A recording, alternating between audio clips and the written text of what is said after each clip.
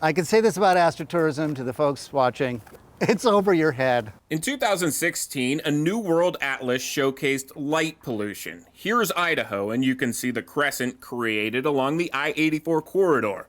And if we zoom out to show America, it gets even worse, as 99% of Americans live places where artificial light blocks out the stars, creating an industry where people seek out the night sky. As lighting pollution drives astrotourism, it's also its greatest threat.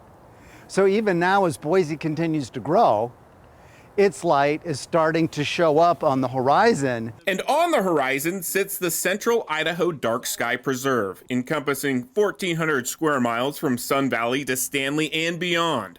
But these communities had to do their part to earn this designation. I was involved with changing the lighting in Stanley. They had 3,000 Kelvin lights and introduced them to 2,200 Kelvin, and they went for it. It's an amber light. Michael Marlin wrote the first book on astrotourism, and this week he spoke to the Idaho Conference on Recreation and Tourism to provide ideas on how to monetize the Dark Sky Preserve. It's the first book written for the supply side. So books have been written on where to go, what to see, you know, that kind of a thing. This is actually for the person who's living under a dark sky, how to attract your customers, who they are, where they live, what their proclivities are. Astrotourism, stargazers, eclipse chasers, and the dark sky movement. Astrotourism could be a new way to attract people to some of the rural areas of Idaho to experience the stars. It requires having to stay over another night.